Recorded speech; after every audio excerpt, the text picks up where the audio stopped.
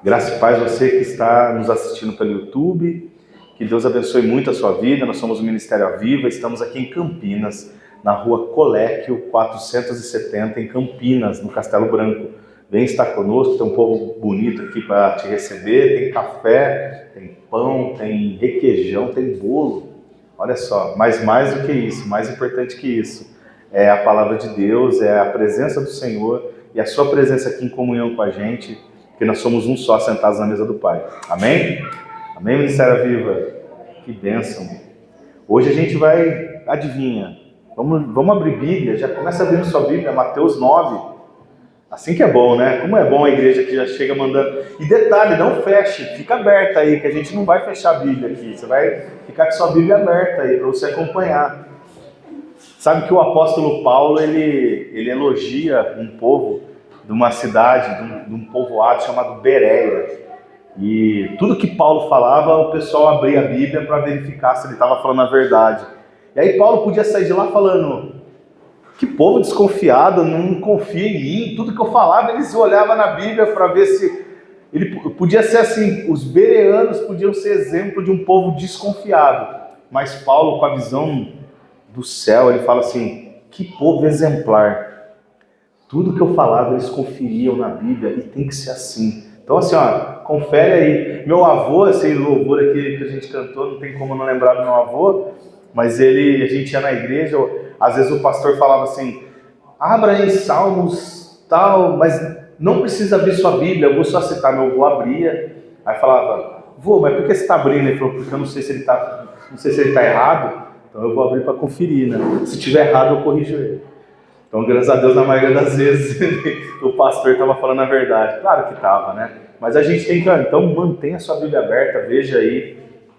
Amém? Mateus 9, continuando nossa palavra.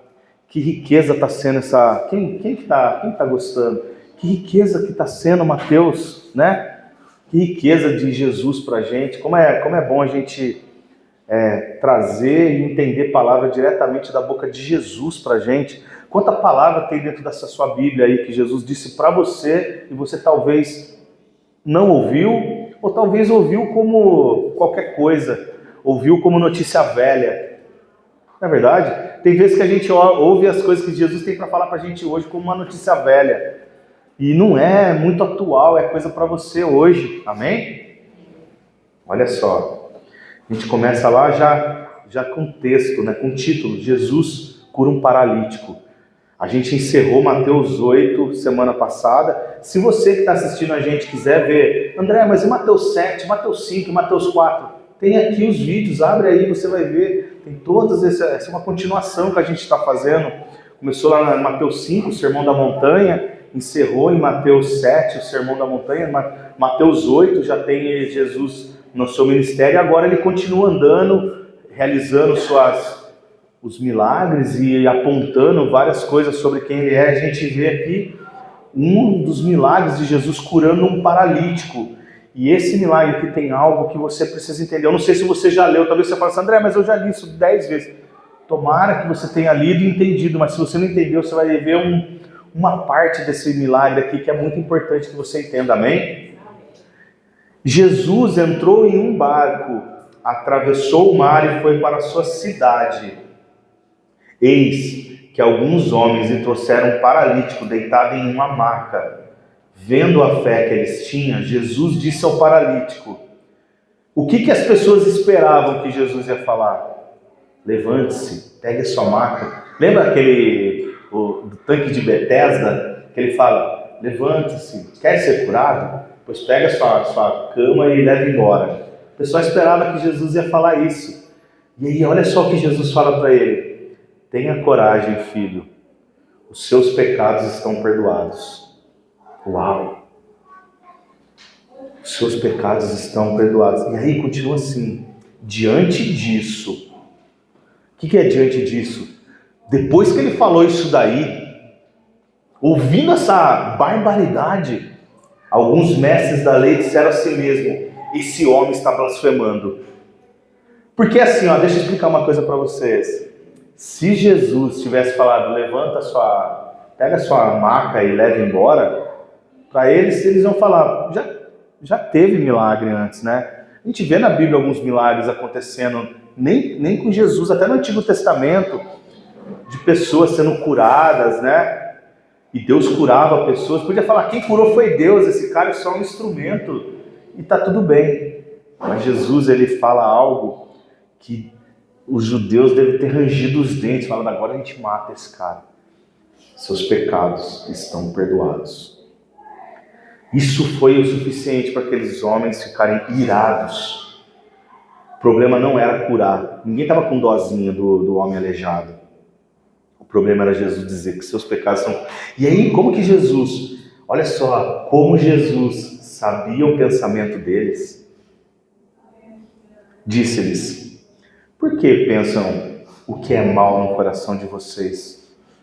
O que é mais fácil dizer, os seus pecados estão perdoados, ou levante-se e ande? Ah, meu Deus, Jesus viu, esses homens se estavam blasfemando, Jesus fala assim, eu sei o que vocês estão pensando. Por que vocês pensam assim? O que é mais fácil? Jesus não pergunta o que é mais difícil. Jesus pergunta o que é mais fácil.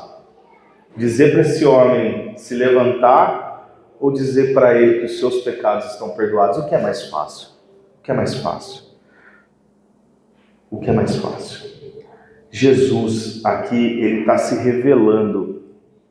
O que acontece? Esse é o detalhe que eu quero que você entenda. Jesus aqui, todo milagre, ele tinha uma função. Você vai dizer, a função era curar a pessoa que estava doente.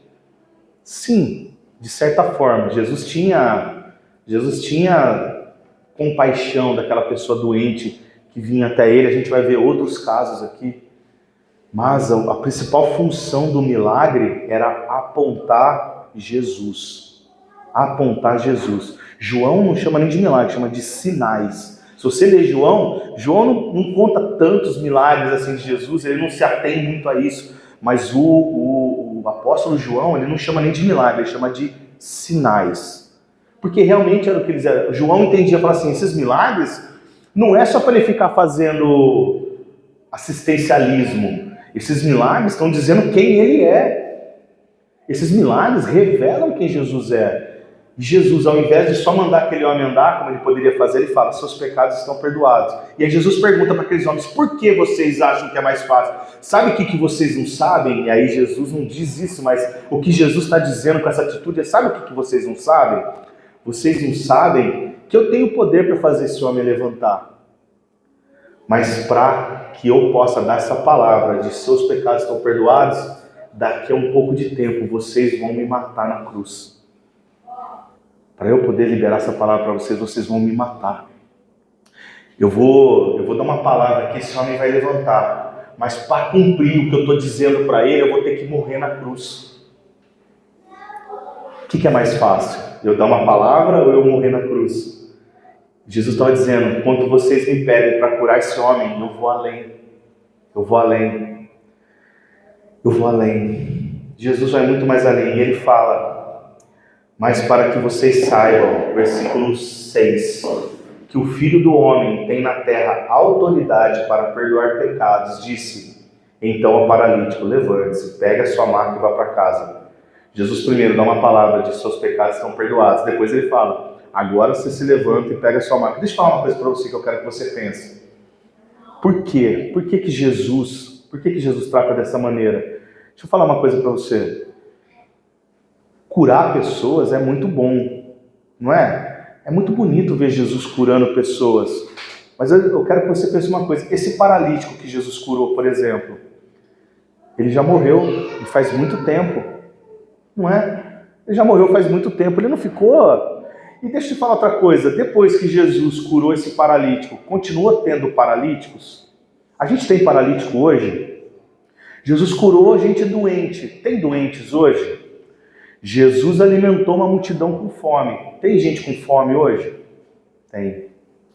Por quê? Porque essa não era a função de Jesus. Jesus não veio para resolver as mazelas e problemas do mundo. Jesus estava dizendo, aponta para mim aqui. Esse milagre aqui aponta para mim. Eu vim aqui para perdoar pecados. Essa é a minha função. Primeiro eu vou dizer para você, eu vou morrer por você. Você é um aleijado, mas eu vou me fazer aleijado naquela cruz, porque quem vai ficar paralisado naquela cruz sou eu. Você levanta e anda hoje, mas eu vou ficar paralisado para cumprir o que você fez. Você está enfermo aqui, mas eu serei enfermado na cruz, moído, como a palavra diz. E eu vou fazer isso no seu lugar. E o que é mais fácil?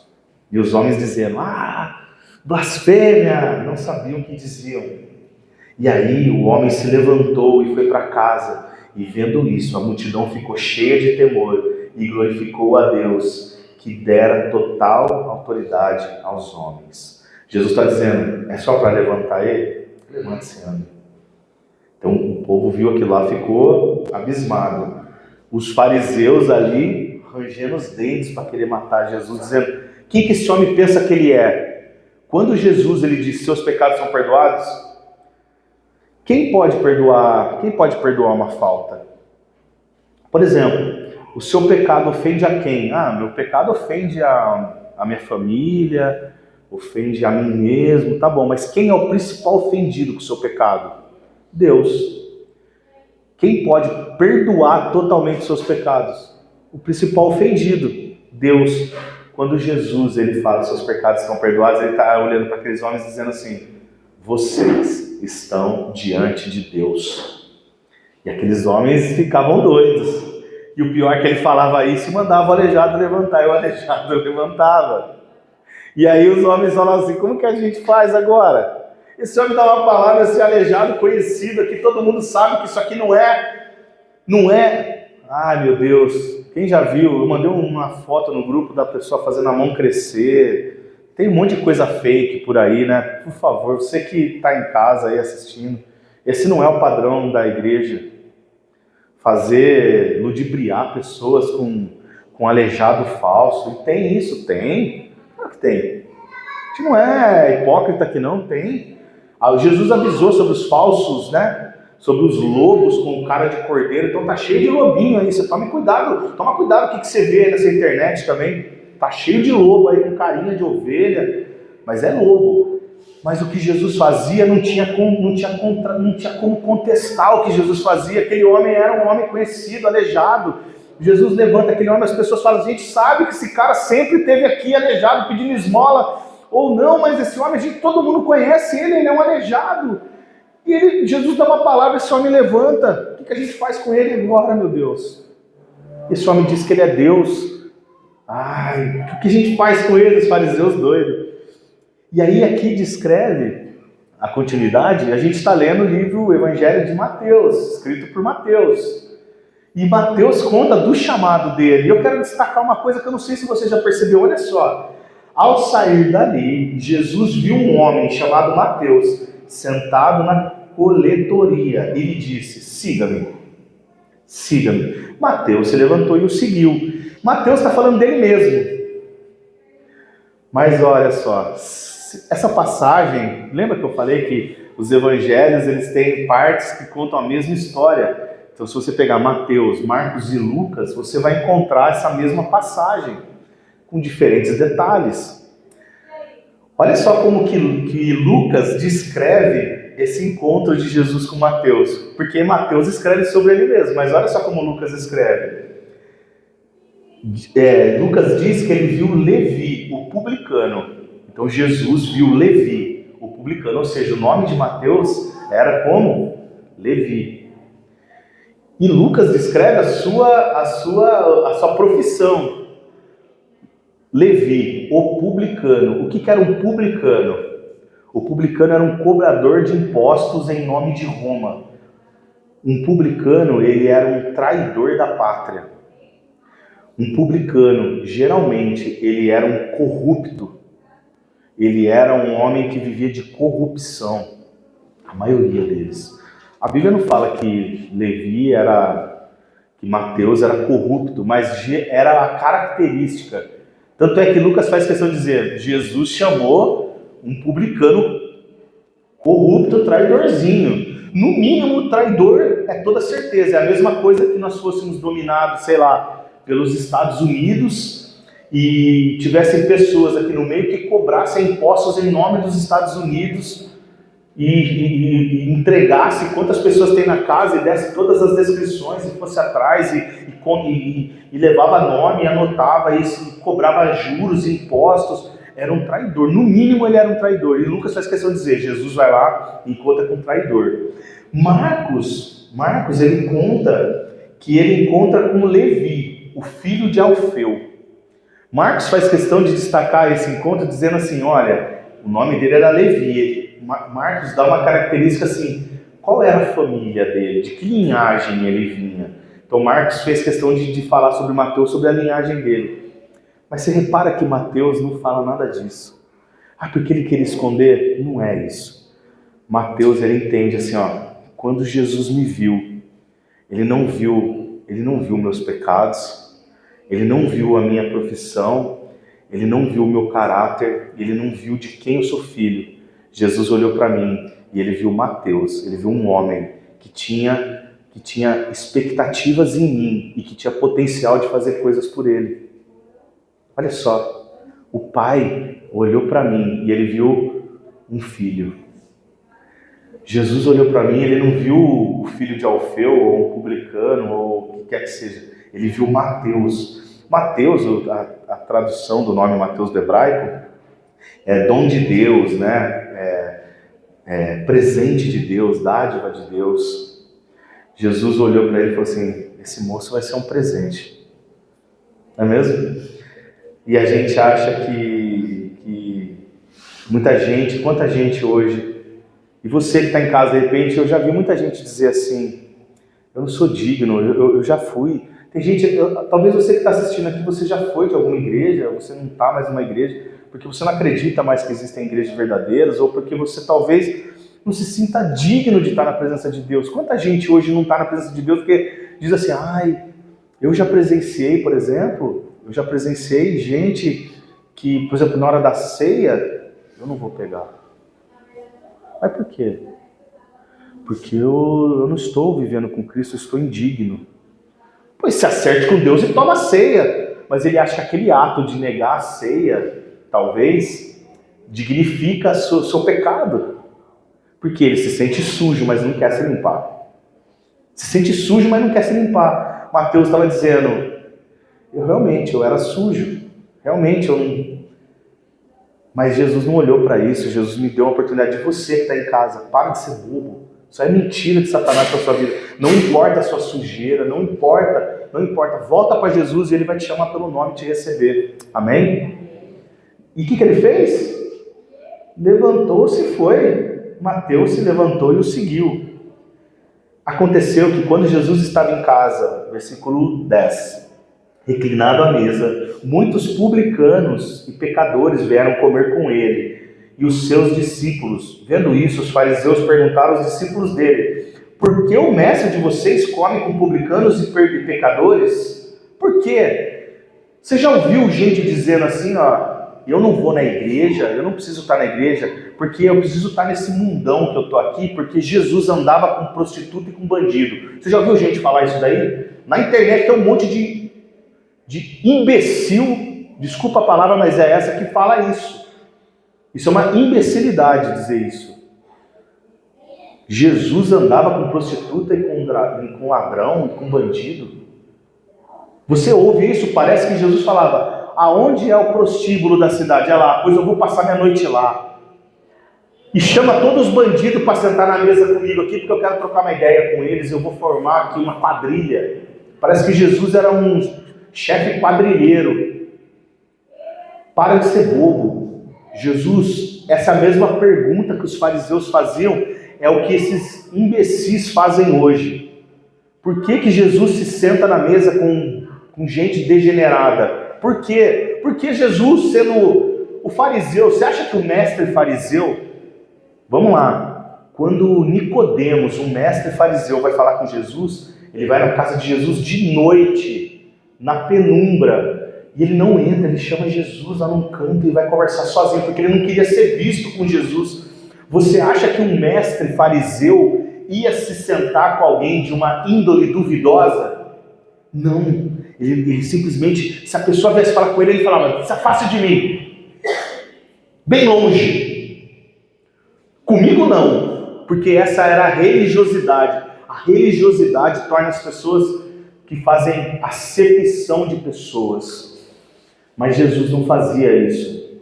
Mas eu quero dizer para você que Jesus não andava com bandidos e com prostitutas. As prostitutas e os bandidos e os traidores e os mentirosos procuravam Jesus. E quando eles recebiam a Jesus verdadeiramente, sabe o que eles se tornavam? Ex-prostituta, ex-bandido, ex-traidores, ex-ladrões, ex-mentirosos, Sabe quem andava com Jesus de verdade? Ex-prostitutas, ex-ladrões. Esses homens e essas mulheres procuravam Jesus, eles começavam a andar com Jesus, não Jesus andava com eles. Jesus não andava com ninguém, as pessoas seguiam Jesus. Você já leu na sua Bíblia? Está assim, Jesus seguia as pessoas, e Jesus, procurando uma multidão, começou a pregar. Jesus, ele escolheu uma praça onde tinha bastante gente, viu gente, olha aqui, eu quero falar algo. Não era assim. Jesus, onde Jesus andava, a multidão o seguia. Jesus não precisava procurar ibope. Jesus não precisava ficar caçando like. As pessoas seguiam Jesus. Está entendendo? Você que um dia falou isso, nunca mais fale isso. Quem andava com Jesus, e deixa eu falar para você, isso inclui você e você que está aí. Você é ex alguma coisa. Você chegou para Jesus tão lindo que talvez você nem precisasse dele. E aí eu vou dizer que o problema é com você. Porque se você não identifica o quão miserável você é, e eu vou falar disso aqui, o problema é com você, que se acha tão bom que não precisa de Jesus. Quem andar com Jesus é ex alguma coisa, e você também é ex alguma coisa. Ou você ainda é o que você é e precisa se tornar um ex. E aí aí você precisa ir atrás de Jesus. Eu estou esperando vir um anjo, eu estou esperando um sinal. Fica esperando aí. Fica esperando, talvez não dê tempo. Talvez a porta feche e você não recebe esse sinal. Faz o seguinte, um conselho, vai atrás dele, e ele vai te receber, vai te chamar pelo nome, vai fazer igual Mateus, vai falar assim, Mateus, mas eu sou um publicano, não importa. Mas eu sou filho do Alfeu, não importa, para mim você é Mateus. Dá um abraço, vem comigo, anda comigo. Amém? Ouvindo isso, o que Jesus disse para ele? Quando esses homens disseram assim, vocês andam com pecadores, você percebe que quem pergunta não se considera um pecador? Seu mestre, você anda com pecadores. Jesus acho que olhou e falou para ele assim, isso não é, né? Numa versão, mas, né? Você está fora dessa lista de pecadores, você está na lista dos querubins ungidos da terra. E olha só que Jesus responde, versículo 12. Jesus, ouvindo isso, disse, não são os que têm saúde que precisam de médico, mas sim os doentes. Vão e aprendam o que significa isto. Desejo misericórdia, não sacrifícios, pois eu não vim chamar justo, mas pecadores. Se você já é um bonitão, justão, Jesus não veio para você. Que pena.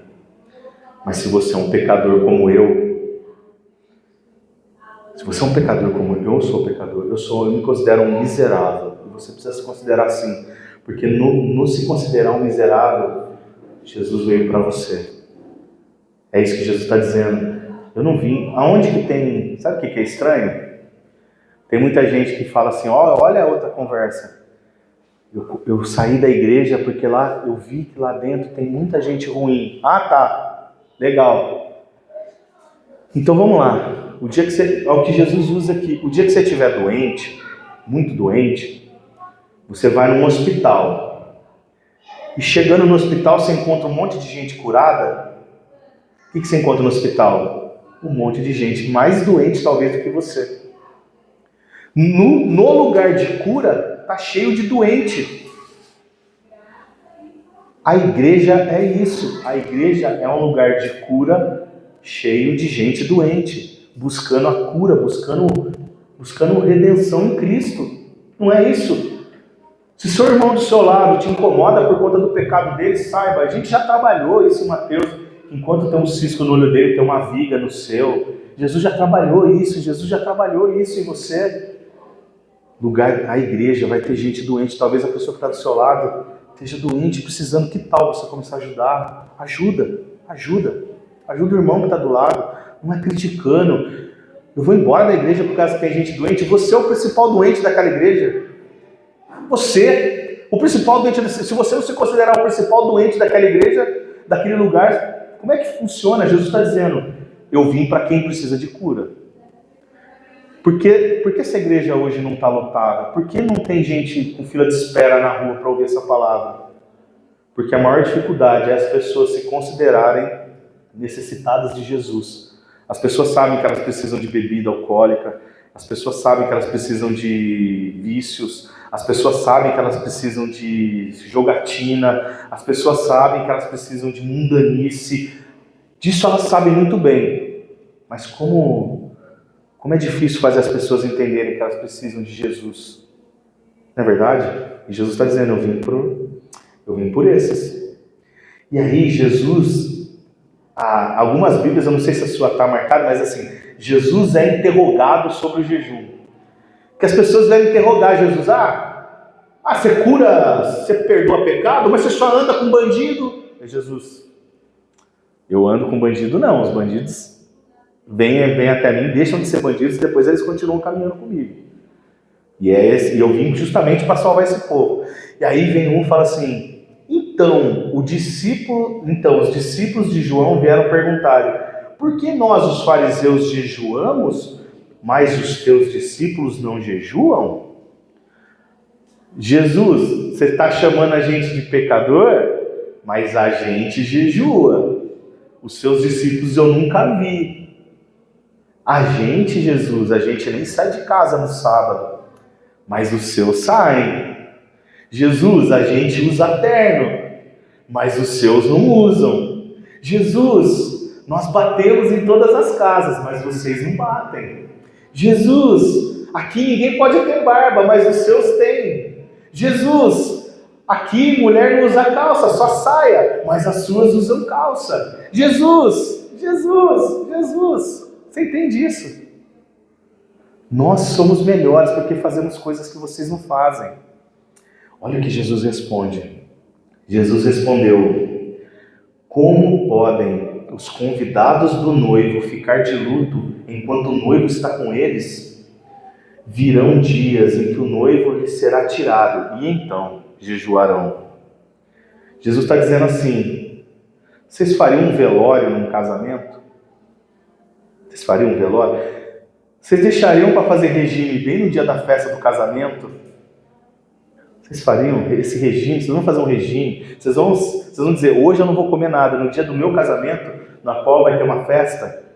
Jesus está dizendo, o jejum é para vocês causarem um sofrimento carnal, para vocês me buscarem. Mas por que meus discípulos farão isso se eu estou aqui com eles? Simples assim. Por que eles precisam se flagelar para me buscar se eu estou aqui do lado deles? Vai chegar um dia que eu não vou estar. Talvez eles precisem fazer isso. Mas hoje não. As pessoas que perguntavam isso para Jesus, elas estavam tratando do quê? De algo espiritual, poderoso? Não, elas tratavam de religiosidade. Jesus está dizendo, sai fora dessa caixinha da religiosidade. Começa a olhar para o seu entendimento. Eu estou aqui, para que isso? Para quê? Vocês estão achando que vocês são melhores? Por que meus discípulos vão fazer uma prática, sendo que eu já estou aqui? E aí, olha só, Jesus começa a dizer, ninguém, isso daí, pode grifar na sua Bíblia, porque isso é uma chave, ninguém põe remendo de pano novo em roupa velha, pois o remendo forçará a roupa, tornando pior o rasgo.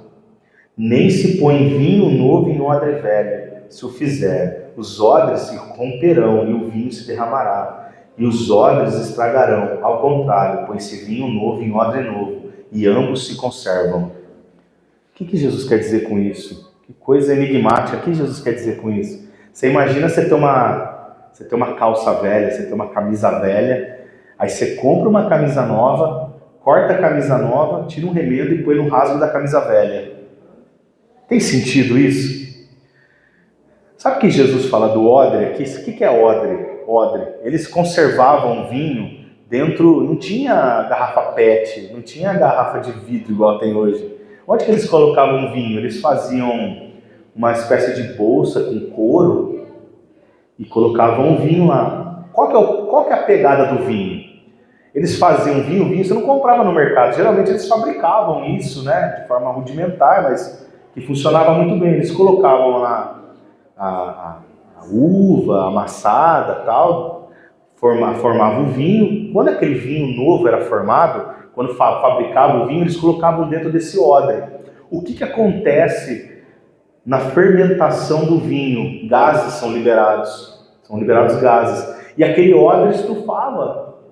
Ele precisava estar armazenado para poder causar essa fermentação. O problema é que ao usar isso várias vezes, esse odre ia ressecando. Quem já teve alguma coisa de couro sabe, o couro vai passando o tempo, ele vai rasgando, craquelando, ressecando, tem que passar até hidratante. Uma vez a Karine inventou de comprar um sofá de couro, tinha que passar hidratante no sofá. Eu falei, mas não passo nem em mim, vou passar no sofá. Eu falei, o que você arrumou pra minha cabeça, Karina? Vou ficar passando hidratante no sofá? Meu Deus, que desnecessário, tanto que nunca mais. Falei, se você tem um sofá de couro, você sabe dessa prática que tem que fazer, de couro, não desses couro fake, né? Mas de couro tem que fazer isso. E aí, olha só, o que acontece com o tempo? Ele vai ressecando, e aí o vinho, quando fermentava, estourava o odre, derramava o vinho, estragava o odre. Então no odre velho, você podia guardar o quê? O vinho que já não fermentava mais. Esse vinho aqui é um vinho velho, já fermentou o que tinha para fermentar, então você podia guardar. E o vinho novo, você tinha que guardar num odre novo, para que isso não acontecesse. O que Jesus está falando? Jesus está ensinando receita de fabricar vinho? Receita de costura? O que Jesus ganha com isso? Claro que não. Jesus está dizendo para eles. O que Jesus vinha tratando? Da religiosidade e da mente deles de ficar condenando. Eles condenam Jesus porque andava com pessoas que não era para andar. Eles condenam Jesus porque os discípulos não fazem jejum. Jesus estava dizendo, se vocês continuarem com essa mentalidade de vocês tão pequena, como que eu vou colocar dentro da cabeça de vocês o novo que eu venho trazer para vocês? Sabe o que vai acontecer? Se vocês começarem com a mentalidade antiga de vocês, com essa mente tão gasta, tão desgastada de vocês, quando eu colocar o meu novo, vai romper. Vocês não vão conseguir suportar. Vocês precisam fazer o quê? O que a gente precisa fazer? A gente precisa apagar o velho homem. Você precisa apagar suas ideias pré-concebidas. Você sabia que às vezes as suas verdades absolutas te fazem mais mal do que as suas dúvidas que você tem? A dúvida é bom, sabia? Ter dúvida. Ai, eu não posso ter dúvida quanto às coisas de Deus. Pode sim. Talvez a sua dúvida é o gatilho para você, para a sua busca. Mas quanta gente a gente vai falar de Jesus? Quanta gente a gente vai falar de Jesus e a pessoa tem tanta ideologia pré-concebida e você vê que são ideias que pessoas colocaram lá na cabeça delas e aquilo ficou estagnado, cimentado. E aí Jesus fala, você precisa quebrar essa trave, e essa trave tem que quebrar na marretada, no martelete, porque não sai. E aí quando você fala, a pessoa fala, não, eu não acredito nisso. Isso não. Mas Jesus está dizendo, não, mas para mim não. Quanta gente você conversa, a pessoa fala, sabe o que eu acho? Mas a Bíblia diz outra coisa, mas eu acho. O que eu acho? O que seu acho? O que seu acho muda a vida de alguém? O que seu acho muda? A gente precisa ter a mente aberta. Jesus está dizendo, o que eu tenho para trazer para vocês vai demandar que vocês tenham um coração aberto e uma mente liberta para poder receber, porque eu tenho algo novo para vocês. Quem era publicano, deixa de ser. Quem era filho de não sei quem, deixa de ser. E o Mateus e o novo entra. Amém? Jesus ressuscita uma menina e cura uma mulher. Parece que são várias historinhas, mas você vê como todas elas estão conectadas. Você percebe como todas elas estão conectadas.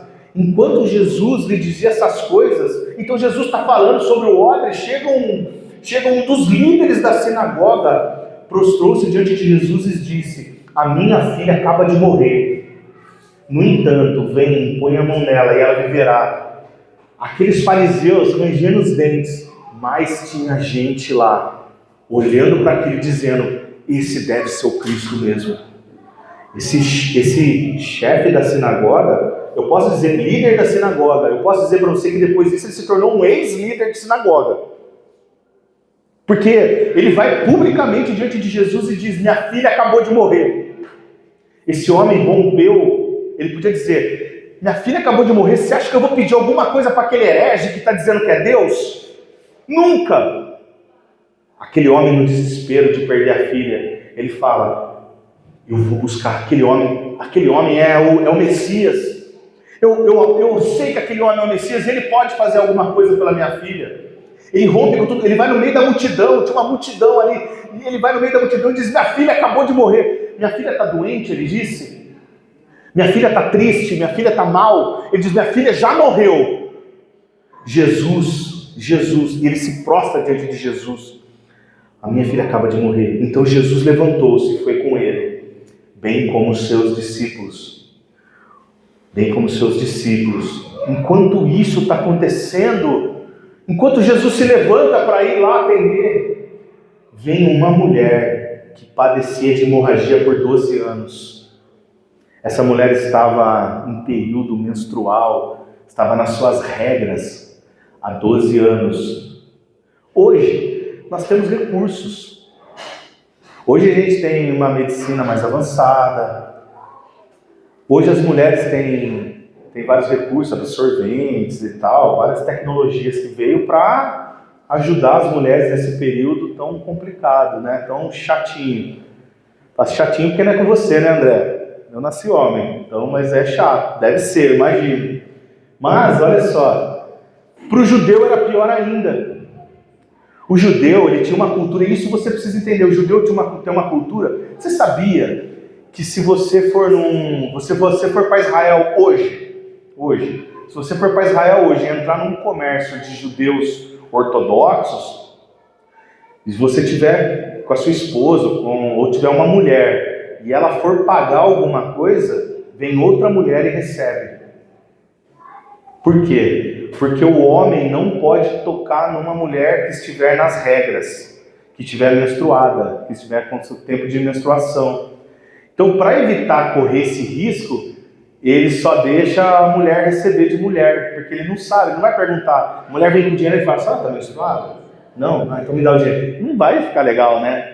Então, para evitar isso daí, eles fazem o quê? Mulher recebe. Então, quando a mulher vai entregar alguma coisa, ou pegar uma sacola, alguma coisa, a mulher atende a mulher, para que isso não aconteça.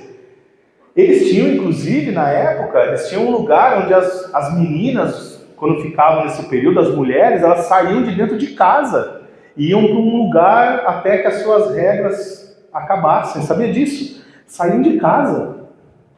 Eram tiradas de dentro de casa, porque elas eram consideradas, a menstruação era considerada uma impureza. Era uma impureza. Se ela tocasse, nos seus dias de regra, num rabino, e o rabino falasse: "Essa mulher está nos seus dias de regra e me tocou", sabe qual era a condenação? Apedrejamento público. Por conta da mulher estar menstruada.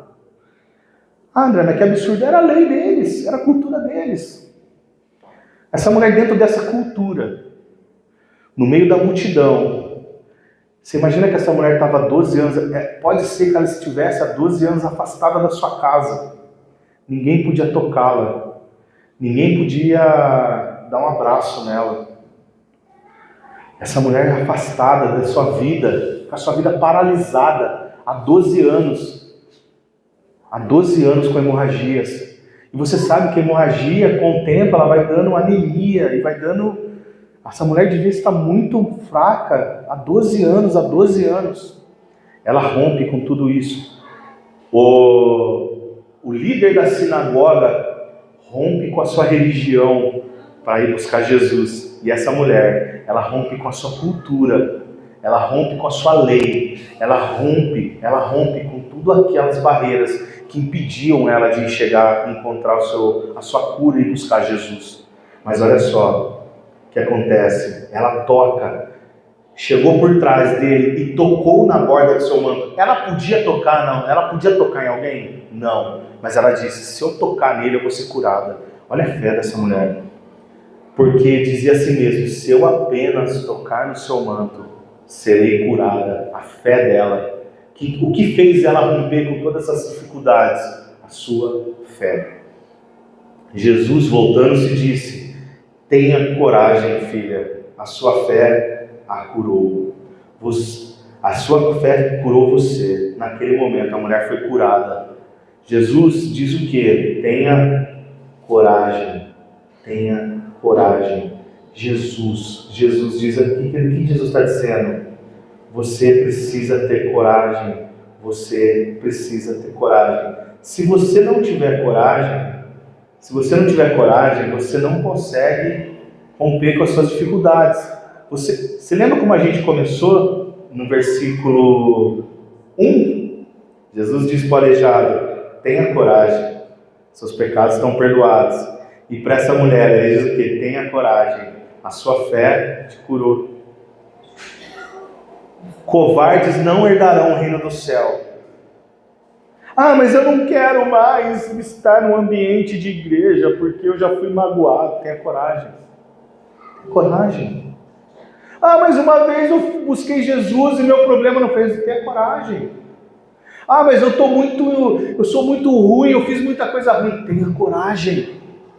Se você não romper com esses padrões dessa mente, você está entendendo como tudo isso está conectado? Se você não romper com os seus padrões mentais que te impedem, quantas mentiras Satanás contou para você e você está comprando como verdade até hoje? Quanta gente mal intencionada plantou barreiras no seu coração e na sua mente e você não consegue. Sabe como você vai conseguir superar isso? Tendo coragem e fé. E para isso, Davi, olha só, Jesus fala para ela, tenha coragem. E aí ele continua indo para a casa do líder da sinagoga. Quando ele chegou à casa do líder da sinagoga e viu os flautistas e a multidão agitada, disse, saiam, a menina não está morta, mas dorme. Aí eu te pergunto, a menina estava morta? Estava. Aí Jesus disse, calma, cheguei. Ela não está morta. Calma, não se desespere. Calma que ainda tem jeito. Jesus estava dizendo, calma. As pessoas desesperadas, a menina morta, aquele ambiente, você já foi num lugar assim, que coisa triste. Jesus disse assim, calma gente, eu estou aqui. Calma, cheguei. O que aconteceu? Todo mundo se jogou aos pés dele. É isso que está na sua Bíblia? Não. O que está escrito? Todos começaram a rir dele. Quem você pensa que você é? Ela está morta. Quem você pensa que você é? Quem você pensa que você é? Chegou bonitão agora. Pronto. Depois que a multidão, olha só, depois que a multidão se afastou, ele entrou. Jesus falou, dá para você tirar esse povo daqui? Tira esse povo daqui. Só tira. E eu vou te falar por quê. É porque Jesus estava incomodadinho. Não, eu vou te explicar por quê. Ele entrou e tomou a menina pela mão. E ela se levantou. A notícia desse acontecimento espalhou-se por toda aquela região. E você vai entender agora por que Jesus faz isso. E aí continua. A cura de 2 cegos e de um mudo. Quando Jesus saiu dali, os 2 cegos o seguiam, clamando, Filho de Davi, tenha misericórdia de nós. Filho de Davi, tenha misericórdia de nós. Segura aí que eu vou explicar o porquê que Jesus não pediu para o povo sair. E está na continuação aqui. 2 cegos chegaram no meio da multidão e disseram, Filho de Davi, tem misericórdia de nós. Lembra que eu falei para vocês que eu ia falar um sisteminha que não falha com Jesus? E esse sistema é muito claro, e a gente vê várias vezes isso na Bíblia. Esses homens, eles eram cegos. Eles vão no meio da multidão e eles clamam Jesus, o filho de Davi, tem misericórdia de nós. Eles gritam, eles berram, eles fazem algumas coisas que torna irresistível para Jesus acolher eles. Você quer alcançar alguma coisa de Jesus? Torna irresistível. Tem coisa que Jesus não resiste, sabia? Tem coisa que é da natureza de Jesus. Jesus não consegue resistir. Jesus fala, eu tenho que fazer isso, não tem como, eu não resisto a isso. Jesus não resiste a isso. Olha só o que esses homens fazem. Primeiro eles reconhecem que Jesus é. Quando esses homens dizem filho de Davi, sabe por que eles chamam de filho de Davi?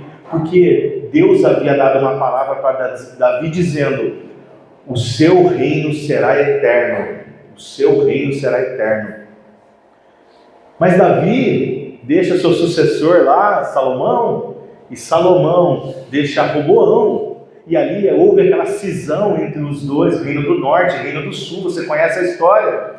E o reino do norte, o reino do sul, até que esse povo é levado para Babilônia, o reino do sul, o reino do norte é dizimado, o reino do sul é levado para Babilônia como escravos, e a gente acaba o Antigo Testamento com esse regresso desse povo. Então esse reinado, quando a gente vê Jesus ali, o rei daquele local, já é de Jerusalém, de Israel ali, já é um rei colocado por Roma, que ele é um edomita, que é o tal dos Herodes, né? Herodes Antipas, Herodes Agripa, eles nem judeus esses homens não eram, eles eram edomitas, eles eram descendentes de Jacó, não, eles eram descendentes de Esaú, edomitas, do povo de Edom, o vermelho. O reinado de Davi encerrado ali, Roma dominando, um rei edomita sentado no trono, mas o povo tinha uma promessa. O reino de Davi será eterno. Davi vai se sentar no trono, o seu reinado vai ser eterno. Aonde essa promessa se cumpria? Naquele homem que estava diante deles, Jesus, o filho, descendente de Davi. Você sabia que Jesus é descendente de Davi, tanto de José? Você fala, mas José não era o pai de Jesus, era o pai adotivo. E eu te pergunto, quem diz que pai adotivo não bota sobrenome? O sobrenome que um pai adotivo coloca tem o mesmo valor de um pai verdadeiro. Mas Maria também é da linhagem de Davi. Tanto do pai adotivo dele, quanto da mãe. Os dois vêm da linhagem, da raiz de Davi. Para não ter conversa. Os dois. Maria também é descendente de Davi. Os dois são. Jesus é aquele que se assenta no trono e o seu reinado vai ser para sempre. É em Davi, é em Jesus que se cumpre a promessa de Deus para Davi. E aqueles dois homens olham para Jesus e falam, nós sabemos que você é o cumprimento dessa palavra. Reconhece quem Jesus é. Jesus fala, puxa vida, esses entenderam. E eles fazem algo, eles declaram isso publicamente. E eles falam, você é Jesus, o filho de Davi, o Messias. Você é a nossa promessa, você é o esperado, você é o prometido, você é aguardado, você é o Cristo, nós sabemos disso. Tem misericórdia de nós porque nós somos miseráveis, a gente não vale nada. E aí está a segunda parte do sistema, reconhecer quem Jesus é. E a segunda, se declarar miserável diante dele. Tudo que está acontecendo aqui, nessa igreja, não se trata de mim. O dia que eu subi aqui para ficar pregando um testemunho pessoal meu, vocês pedem para eu descer, por favor. Não se trata de mim. Já fui em lugar que parece que o pastor só prega ele. Ele lê um versículo e aí ele começa a contar, porque um dia eu fui para lá e eu conheci uma pessoa, aí não sei o quê. Toda palavra vira uma descrição de algo pessoal. Parece que está pregando a vida dele. Parece que você sai de manhã, vai de casa para escutar a história da vida do cidadão. Não é verdade? Mas para alcançar o coração de Jesus, você tem que se tocar. Não se trata de mim. Não se trata de nenhum de vocês aqui. Não se trata nem de você que está assistindo em casa. Tudo isso não se trata de nós. Se trata dele, quem ele é. E aqueles homens dizem, nós sabemos quem você é. Você é o Cristo. E nós dependemos e precisamos, porque somos miseráveis. E sem o Senhor nós não podemos nada. E aí Jesus vindo aquilo. Ah, meu Deus, como que Jesus faz Quando ele entrou em casa, os cegos se aproximaram e Jesus pergunta para ele: vocês creem que eu sou capaz de fazer isso? Olha que pergunta. Esses homens acabaram de declarar: você é o Cristo. Ele fala: vocês creem que eu sou capaz de fazer isso? E eles responderam: sim, Senhor. Então tocou-lhe os olhos deles e disse: que seja feito segundo a fé que vocês têm. Mais uma vez, Jesus podia ter falado: enxerguem, voltem a enxergar. Mas Jesus fala: que seja feito nos seus olhos físicos o que os seus olhos espirituais lhe entregaram. Aqueles homens, eles eram cegos, mas eles conseguiam espiritualmente enxergar muito mais do que a maioria que estava ali. A maioria que via com os olhos naturais não conseguia ver quem era Jesus, mas aqueles homens foram capazes de romper com a sua deficiência e enxergar no seu coração quem é Jesus. Aquele homem, ele é poderoso, ele é o filho de Davi, ele é o filho de Deus, ele é Deus, ele é o Cristo, ele é o Messias, ele é o aguardado, ele é aquele que pode todas as coisas para nós, que não temos nada e dependemos dele. Jesus fala: do jeito que vocês enxergarem espiritualmente, que os seus olhos comecem a enxergar também, e os olhos deles são abertos. Meu Deus, como é fácil da gente ler isso sem reparar esse detalhe, não é? Você lê numa passagem, você fala: curou um cego. Notícia antiga. Mas quando você entende o que está por trás da palavra, do que Jesus quer dizer, olha que diferença faz. E aí Jesus pede uma coisa para eles: ninguém deve saber disso. E aí está a explicação por que Jesus pediu para todo mundo sair da sala. Jesus, ele não queria ser procurado para ser o novo postinho do SUS do lugar. Não era a intenção de Jesus. Jesus não queria ser procurado somente pelas coisas materiais que ele entrega. Mas eu te pergunto, quanta gente, quanto ministério. André, você vai ficar batendo em igreja aqui? Não é essa a ideia. Eu quero falar de teologia, eu quero falar de doutrina para você. Quanto lugar está vendendo para as pessoas? E são os lugares mais cheios, que vendem um Jesus que só entrega coisas. Vendem o que Jesus entrega, não vendem quem Jesus é. Não vendem o que Jesus é, vendem o que Jesus entrega. Então é um lugar... Por que está lotado? Porque as pessoas vão com suas caixotes, com seus porta-malas, para encher de coisa que Jesus dá. Eu quero sair daqui, eu quero sair com libertação, cura, prosperidade. Eu quero sair daqui com palavra profética. Eu tenho que sair daqui com tudo isso dentro da minha sacola. Jesus não queria isso. Jesus falou: não conta para ninguém. Isso é um sinal apontando para quem eu sou. E esses homens obedeceram ele fielmente. Nada. Eles, porém, saíram e espalharam a notícia por toda aquela região. Jesus falou: não fala. Por que Jesus tirou? Jesus falou: se eu ressuscitar. Se vocês olharem a Bíblia um pouco mais para frente, vocês vão ver quando Jesus ressuscita Lázaro publicamente. Sabe qual a palavra que sai ali quando Jesus ressuscita Lázaro publicamente? E então os fariseus decidiram matar.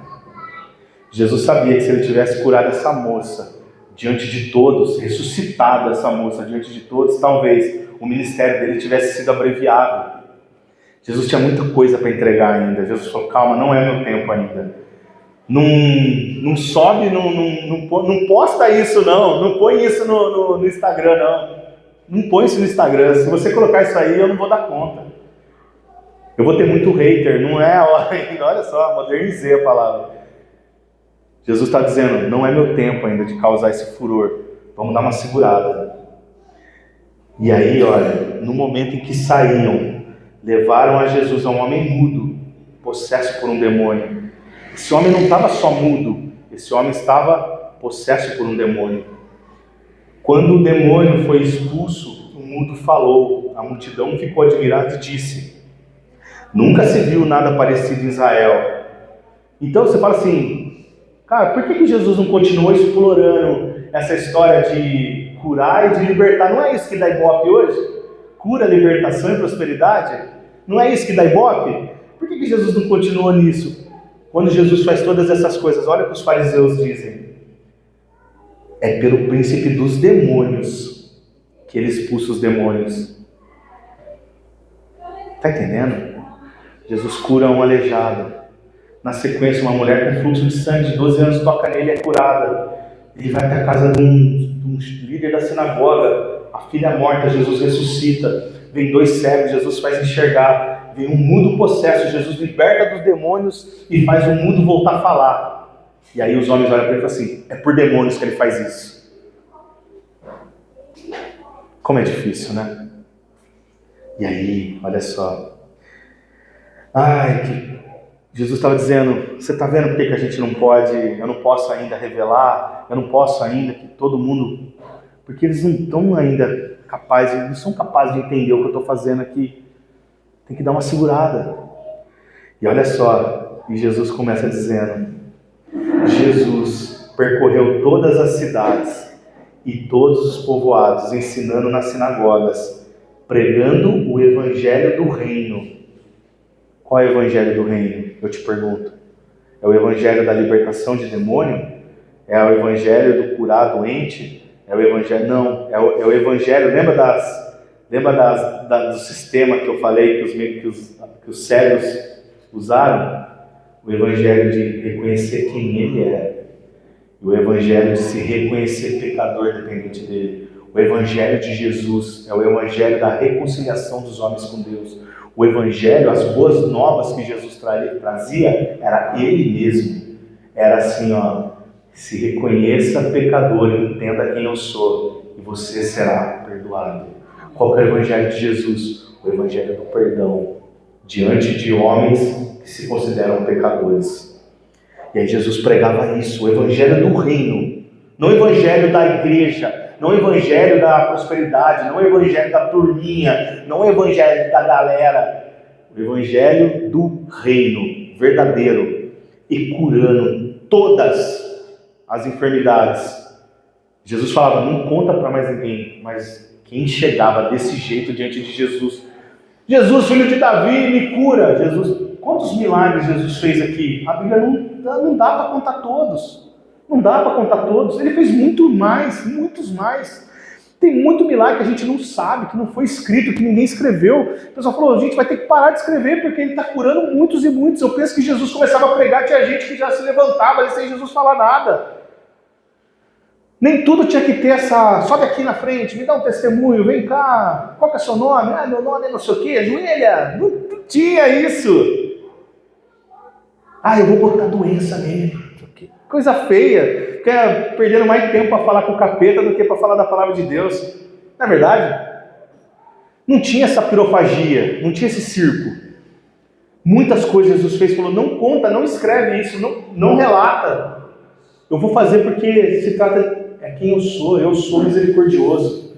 Eu faço.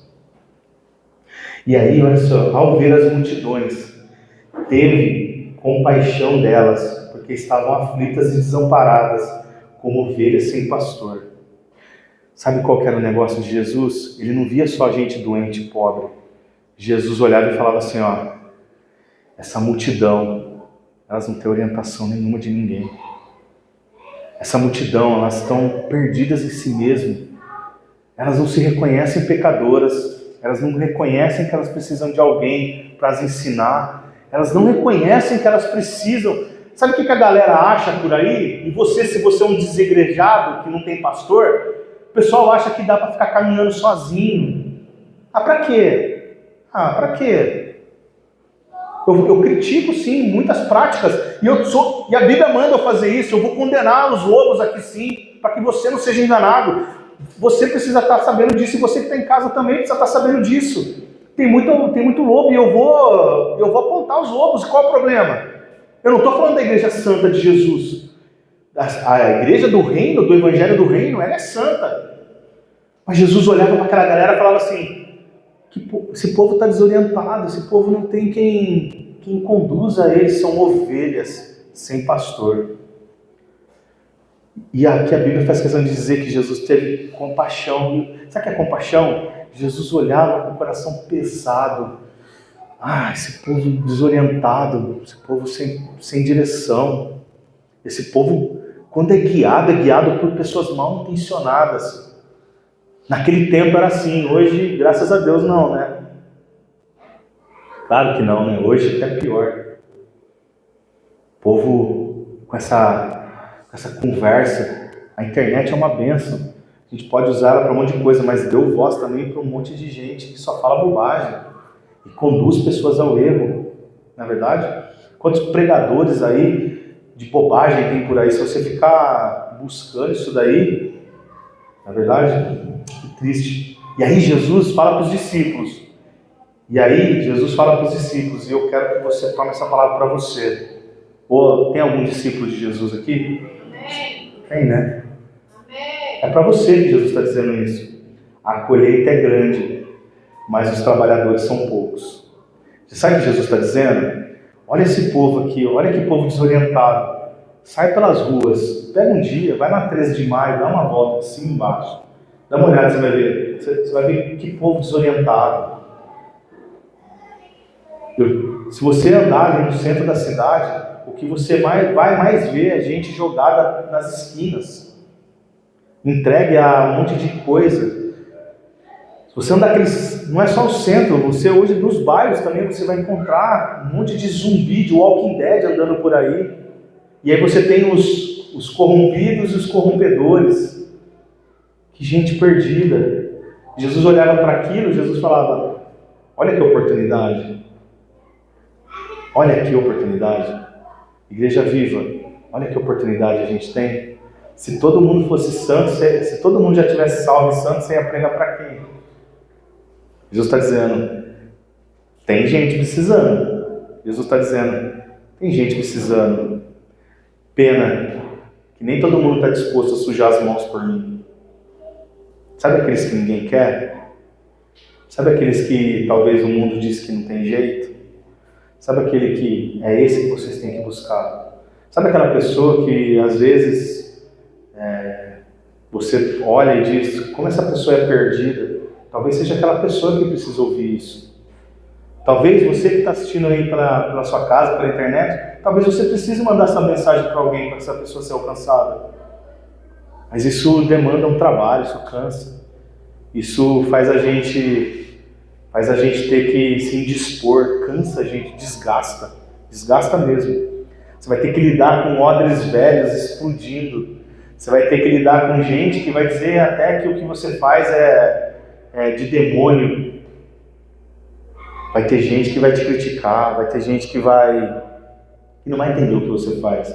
Mas Jesus está dizendo, peçam, portanto, ao Senhor da colheita, que envie trabalhadores para a sua colheita. Vocês estão aqui porque vocês são fruto de oração. Vocês estão aqui porque Jesus está levantando um exército para trabalhar para Ele. Esse homem aleijado que Jesus curou, ele morreu. Um dia ele teve que se encontrar com o Senhor. E isso um dia pode acontecer conosco. Se Jesus não voltar, todos nós vamos passar. Se Jesus não voltar nesse século, tchau para todos nós. Um dia a gente vai, tudo que a gente buscou e tudo que a gente lutou, vai ficar para trás e vai virar fumaça. Mas Jesus está dizendo, olha que oportunidade vocês têm, de enquanto vocês podem ainda fazer algo por mim, peçam, e os trabalhadores serão dados. A gente tem que orar para que tenham mais trabalhadores. A gente tem que orar para que nós sejamos esses trabalhadores. Eu te pergunto, será que Jesus olha para você e vê um trabalhador e vê alguém com a mão no arado por ele? Qual tem sido sua dedicação? Qual tem sido seu afinco? Que importância isso tem na sua vida? Para Jesus aquilo era o mais importante. E deveria ser para a gente também. E isso eu estou falando, não estou criticando você, nem você que está em casa. Isso começa a tratar a mim. Que tipo de trabalho a gente tem feito? Para Jesus aquilo era o mais importante. E isso deveria ser para a gente. Amém? E aqui a gente encerra Mateus 9. Com essa palavra de Jesus tão grandiosa. Nós precisamos ser trabalhadores de Jesus. Nós precisamos trabalhar Está cheio de gente para ser ganha. Está cheio de gente para conhecer a verdade. Está cheio de gente para entender que Jesus é o filho de Davi. Está cheio de gente para receber cura de Jesus. Está cheio de gente que está vivendo pelo nome da família, ou pela profissão, ou pela vida que tem. E Jesus quer tirar tudo isso. Jesus quer trazer um novo para você. Receba o novo de Jesus. e ajude pessoas a receber também. Amém? Fica de pé, vamos orar? E você que está em casa, compartilhe essa palavra para alguém, não custa nada, compartilha para alguém, manda para alguém, para que essa pessoa seja alcançada, para que abra sua Bíblia, veja tudo isso que eu disse, se não está escrito na sua Bíblia também. Que Deus te abençoe muito, que você seja muito, muito abençoado por essa palavra, em nome de Jesus. Amém?